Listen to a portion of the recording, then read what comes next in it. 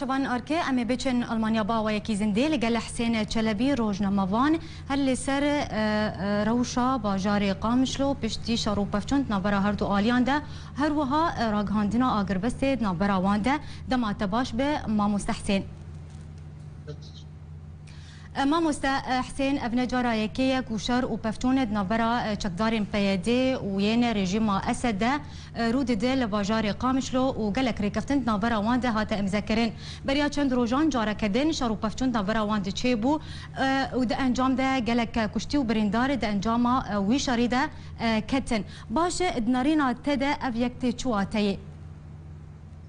براسي بارتيا بيدات راستقينش برنشتي يعني حقيقة أنا تشتاق تشيد بوقت كرم كر نجارة كمينك أو ميليسيا دندرقان شو دكتشون وشرنا بالشيدن نجارة كمينك وأقربست كبنا وقركفتنا ناخذ الليسين لأم وق كسن كرد مخابن أمدوري مثلا أمج مثلا دركتنا بارتيا بيدا وهزي خا أم جن مثلا كردي دركتنا أم نزعن بسدما باشر وقتنا شيء أم نزعن بأقربست سرچ أساسي آباد بو ام نزانن به چرک گفتنی واته جغینی گو راکاندنا واد بین ما راکاندن ایرو دبر مد نمای و زانم راکاندنا سربخوا ایرو نمای پشتی گو پیاده همه تلفزيون وقناه التلفزيون او تشي روجنما قريبن تشي مال بربن حياه شري مال براكري كسك بي جنب فنهشتي تشتغل اجبر درت كذا ام جي مجبور يا مشار يا يقين بكن يا ام خواب تشالك وانا روبرو ام بوار تكب تكليات حياه تشكي دس بخيرن تشتك إيرو تشيد يعني هنكي مسألة يعني قال لك جاري تشيبوي أم بخوا أم نما دوباره بوي أم بخوا نما زانن بليس كودماي وراستي كودماي لهذا إيرو جي ليس بروج روجاوي أبراستي بين ميدانه كرد نامينن هاجر تشتي تشيبو ليس كبجي ليس خويني بو قال لك سيبيل جانا خوش دستان قال لك سيبيل خسار دان براستي بگونه بون همه لگاوا گروک راستی بجی بيت خويا كنن ايرو بو بيدا نا او بارتيا گمرو پشتا خو بو گريد ملت كرد ايرو ت باوري او بيدا نما پشتي پشتنا واقع سيفيلان نظام بسرچ سدن بچو حيا انا جبولو ام بجن پشتي گوجمتي خصن ايرو اگر بس هديه من براسي بو دوام بك تشتري قوتي خواستن جبهيدا وج ميليتسي دجي ميليتسي عرب بكن وج حمي شالكبانا وحمي سياسة مدار ورجل مبانا دعو بكن وإيرو قامشلو بباجارك بيتشك دقامشلو نمينه تشك يدهندري قامشلو تسود نجيان دي ملتي كرد تسود نجيان دي ملتي قامشلو أنا هنك نوتشب راسي بس مكتنت بيجن هيدا يا بارتي يا هزين وينا چه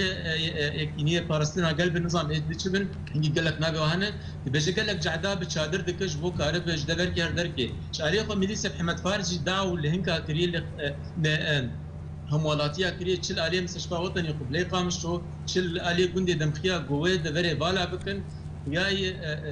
يعني حاضري كيش بو جولات ليج الشر ام بهبين جو نبه ام بهبين جو قامشو يكمين باجار كرد وحياه انا تشتك بيناتي اري ملتي هنا بهدا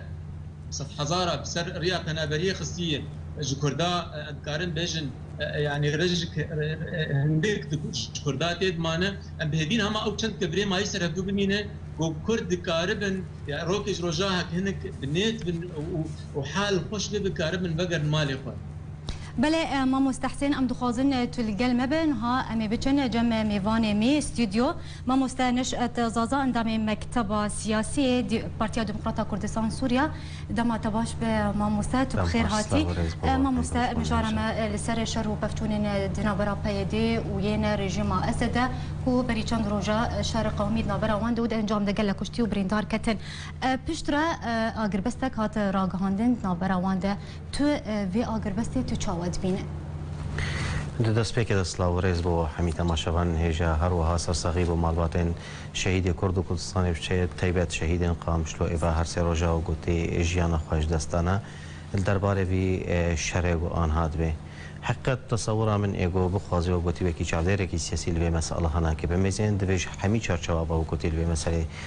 بشوپینه و دوی بیجی که افشاری هنا که مبست پیچیه خواستک پیچیه پیام پیچنه افشاری هنا که بگی کیجن قوناغی وجبو چه دست بکر و آنها و گوتی اب اگر بسته هنا که چیش لوراجی ادبجم تصور دکی ایگو کار به جزم بکه مثلا هنا که چه تجاهی ده نه که شاشتیله دوکی چادره کی سیاسی و کی کارمند کی سیاسی مرود کاری بیجی گلک توشت هنه گلو افجاره کمیه افشاره هنه که هندرین باجارو که کردستان سویه ده چه دبن نه حکم نه نراسته دو گلو پیوستی و گوتی به وی شره هنه که هیا آن هادوی وقت هنه که ده یا نه اگر پیوستی به هیا گلو پیاده تنی و گوتی ایرو معنیه به وی شره هنه که یا جوکی تفکر سیاسی کردی تمام معنیه به مثلا هنه که سه اگر افشاره هنه که الهمبری رژیمی او خواستک یا جی پیوستی په او گو ایرو رژیم شهرمن کردی در کوي گلوت په د تناخو کاری او گوتی و بروانی هانا که بر خلکو خاک مدب کی و نمونه الپیش محبوب کوبانه گه کی جان استه هتا پیشمرگه و گوتی به هوارا پیدین و چون یا جو گوتین یا پکیم یا پجی و جیشون افیا جی حمید تساؤلات درباری وینا که جی تشنی دیجی مراد کاری جی بخوینه گلو افشاری هانا که اگر مفتعل به مفتعلش بو گوتی چیه جبر چه ده بچرنگیانه که اگر جی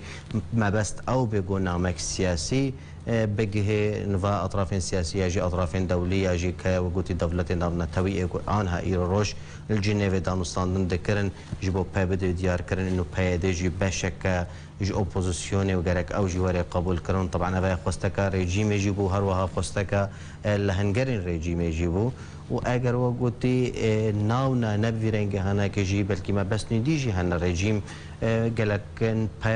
پیامات شنی جی گلک نامات شنی نامک جی دکارن مرا تشخیص بکی او نامه هنه که با پیاده انو که لیکا گو از بخوازم اری راستا از وکی طایره که من باسکی خدانی سر خواه من حریم گلک دورا من تسلیم کرنه لیکی لیکا گو از بخوازم اسکارم به قوات وگرم و از ماسیب سرتا ده بقل بینمش برگو تبخو مای اقلیک نتیجه کریارن گل در حق عملات خود تکریه ایرو صدی هفته تملات خود در خستیه در و هر وها جی دکاره و گوتی پیامه که بده ترکا جی انو اگر تو هلوستا خوال همبر تأفد ناكو كي أفد دانستاندن ينقو جزائر آنها وكي قوتي قوهي ما أمبيت حسن هاگر تو هلوست أخوة الهمبري معارضة وقوتي درست دكيش آلية مدى ايمجي أزدكارم هلوست أخوة بولتا الهمبري دجمنة تا درست بكم يعني جبروي كي جي أدبجم قالك تشعبات جوي مثلا هنا كي هنا موضوعنا قالك ديار ونزلاله لا تشتي هري باشو قرنج إيرو قوتي أجر بستك تشتي باشو قرنج وقوتي إيرو خلك كيما دتشيوتي خلك كيما آرام دجي نتيجة في أجر بستهانا كي أم هيفيدارن جو أم نجهن أو كنا غوا هرسي روجي جو ملتمتي في درباسوي بله ما مستنشد أنت خازن تلقى المبة أم جارة كدن وقارن جمع بارمة حسين چلبي ما مستا برسامن سر درباسبونا بريندارين شروع بفتون قامشلو أسايشا بيدل دريه سيمالكا ناهلك وبريندار درباسي هريما كردستاني ببن نارينا تدجي برچه بيدل ناهل بريندار درباس ببن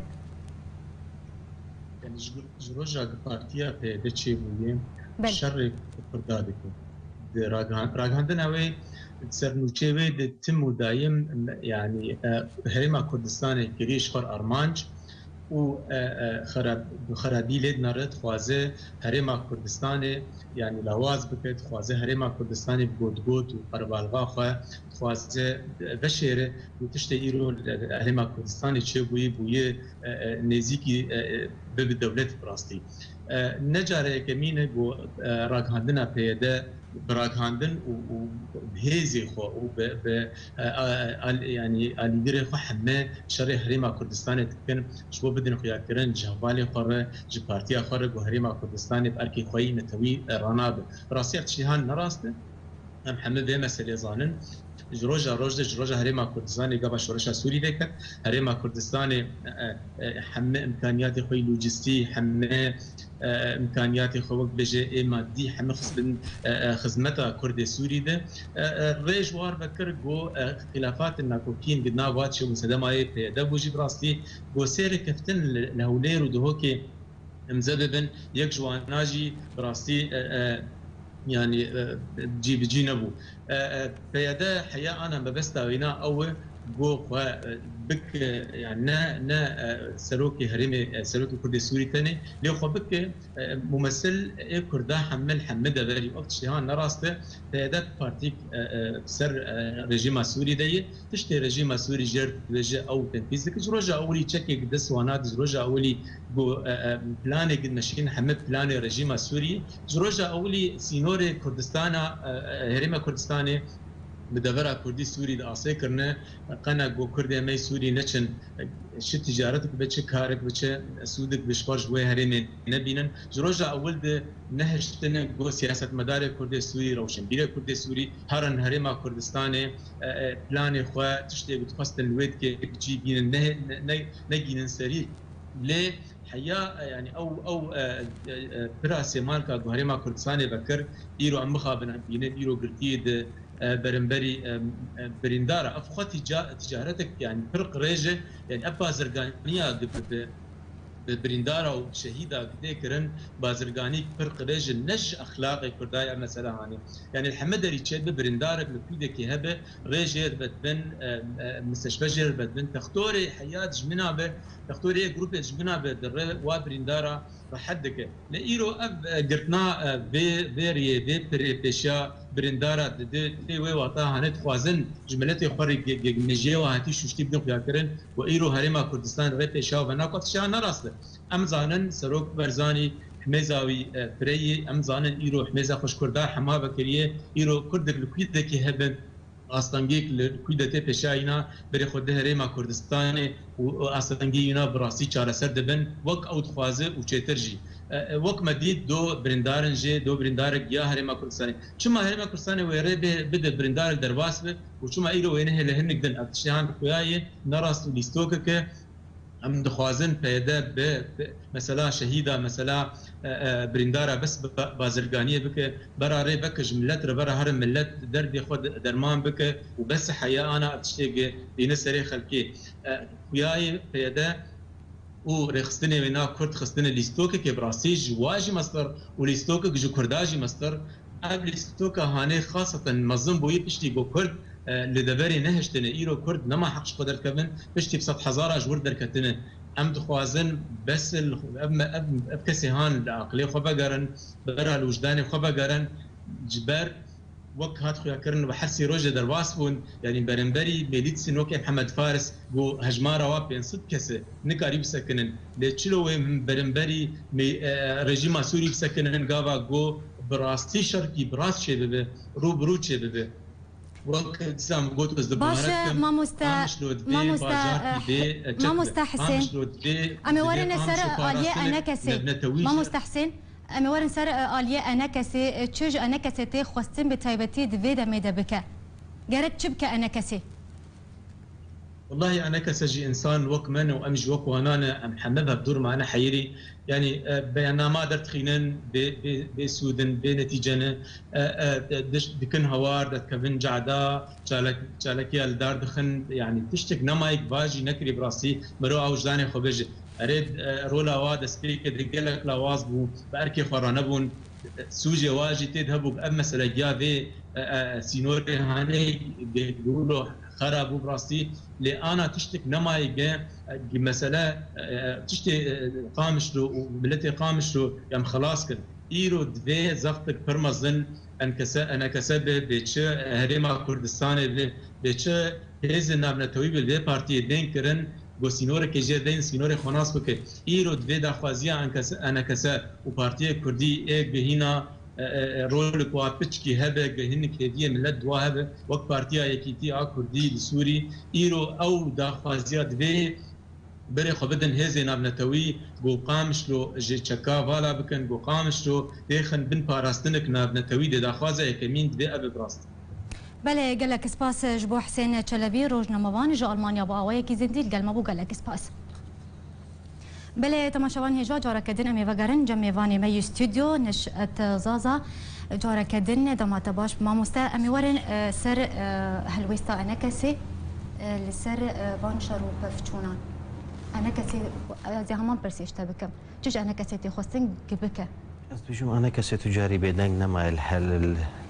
درباري حمين بيارين قدن در كردستان سوريا ده چه هر وها تمي أنا كسي وقتي هالوسط خدا ديار كرن و آماده بونا خوش ديار كرن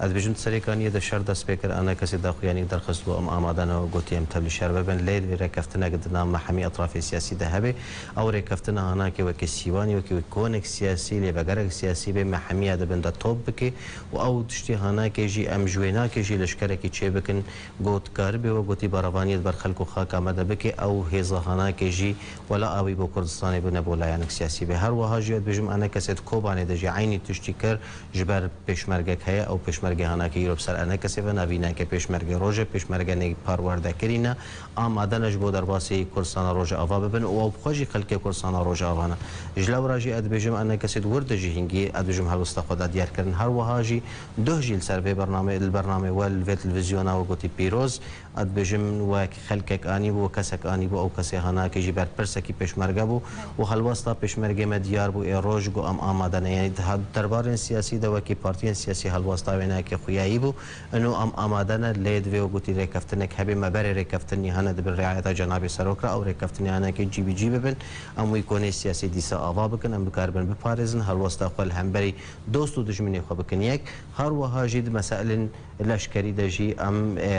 لشکرکی وار اف لشکرین گوهی هر دون هزی گوهی هزا روج و هزا نیپکی تکل بکن ام کاربن هزا که چه بکن گو برابانی بکن جلورا اد بجم اما ام حاضرن دست ما بوا برادر درجه ام دبجن ام کرم کن ام آمادن اگر پیوستی پی او اگر خواستک او ام کردستان سوریه بپارزن اگر خواستک او ام دکاربن ما فی ملت خود در کردستان سوریه ده بپارزن ما اتفاقیت نیسا اکسپیکو دیسل سرسر ملت کرد نون جی بی جی کرن گرک ایرو هر کس کیش ملق ولا وگر ازناب اخطاء نینش علی انا کسی ولی اخطاء هری مزنو هری گران و ایگو خطی سورجی تجاوز کرنه جهلا پیاده ولا هنگری وینا یا جی تفدم ولا هنگری وینا کنش برگو ایرو خود استلات دبینه او دستلاتی هانا که جی دزانه بچرنگی هانا که هاتیه بقوات اسیله هاتیه تنی اد بجم روف گهداری دنگ عقل بک دنگ و تفنگ تنی و نکاربه تا آرمان جاش طرف یک بینه جلو راجی ام هر دو طرف دوی ام هر دو قبول بکن وکی گوهنه ام هر دو طرف اگر سرمازه دانستاندنی ام دکاربن واره کفتنی هنه که جیب جیب بکن و ام برای خواه بدن دجمنی خواه بشروطي قست. بله ما نشأت نهات بحثوية كيكر تكو بشمرجان روجاوای کردستانی آمدنه کو درباسی روجاوای کردستانی بکن و برافانیت برخاکا ولاتی خود بکن. باش نرینا تجبر چه جاری بتایب جبر گوگلک دبیجن افشار و بفچون نشانو یک بود نبرا هر دو کاده چما پیده بانگ لپشمرجان روجاوای کردستانی نکر کو لگل وان شر رژیم اسد بکن. دست به که داد بجم اگر نشانو جیبه یعنی تشتکی و گویی و شرطی های او تشتی هانا که نسر طاوله یعنی دبن ماسه چه دبی ما بس به مثلا هانا که نم دست به که دجداد دیار کرن آد دو اد بجم شر نب نابینا و گویی رژیم و پیاده ده شر نابینا دو هزاده هزن گبسر رژیمه و هلوستان و رژیم هلوستان وان هزی هانا که ایگو رژیم ماما و کی با و کی جوار و تمامات گینی هف هلوستا و ناکل درباره هف گلو هاتیه گوهرتون نخیر از بجم هلوستا و ناکه هوا پیک و گرده دجبر وی که جی مروبر خوشاش نکی نه انو گوتی انا اوای اپوزیسیون و اوای رژیم و خی او گوتی شر گو آنها شد به جبو مسئله وشوکی توایی و شورشها یا جی تبلیبون و شورشها نکه نه هد افشر و پفچون گوچید بن اد بجم بهتری و نکی ایرادت یعنی صراع ایرادات صراع السر و گوتی دستهلاتیه کی دستهلاتیه خوزیده بکی هر و هاجی تسویق کبو در و گوتی با مسئله جنیو افغانستان چید بن جالی کی و پیاده وری خویا کرن و کی باشکش اپوزیسیون و جالی کی و جی رژیم دبیجه کلیکا گو از بو خازم از دکارمو گوتی هر تشتی وکی خوابکم و دیسجی از وگرن وکی گومت چکریه از راجي بكم إجبار ويش يجي قال لك تشت هنا دبل ماسيدا يا شارتينا أم جرك أم خوشاش نكن بيش مرجع تميجي خدايا ديار كرن وقتي از آمادن وقو از در باس نجاره كم يتكوبان إذا جايني أو مثلا هنا كليبو لدرفت نهات يدانين و پتفد اد بجم وقتی گوراستیک شرک دنابینا رژیم و پیاده دبانه یا جدنابینا رژیم و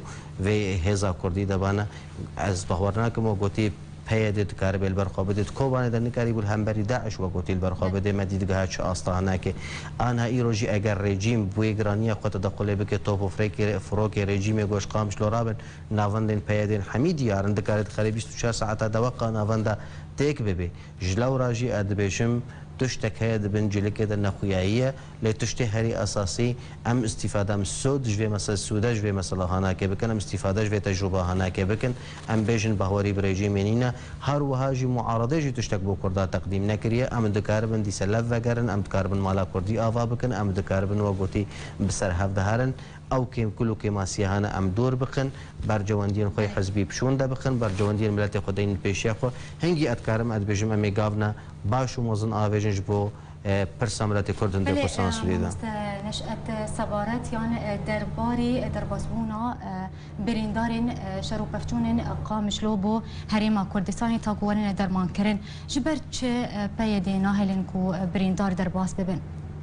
پێدەش دەستپێکە دەگۆ سینۆر گرتیە تەوی جەنابێ سەرۆکە گوتی ئەمەردە هەمین دەستگەین گوهایی سینۆر بەکەری بە 24 ساعتاژی وگوتی خزمەتێ بۆ وێ خەلکی هەناکە بکەن پێدێ ئارمانجێک ژێ مەسەلە هەناکەیە پێدێ تومی وە گوتی کارات کێوت خوازێ و گوتی وا گونها بخێ سکورا غێری خۆدەدا بدێ دیارکردن وڵا هەرێما کوردستانی ئاری کارەیەژی فلانت دەستگێرەیەشی بەر کەسێ گۆ دوست تومی بەهوەریەدا و گوتی هەر کەس دزە ji ber wê jî we gotî îropeyê tuştekî dike xirabîkê dike dixwaze wê xirabiya henakê teswîr bikir nav xelkê de enno herêma Kurdistanê bi taybet cenabê serok wacibê xwe nerabûye ji bi erkê xwe we gotî netewî nerabû ev heye jî narast e bêbextîkeye jî neheqîqet derheqa Kurdistana Iraqê herêma Kurdistana Iraqê de dibê her wiha jî cenabê serok de dibê Kurdistana Iraqê û cenabê serok dibêjin tu care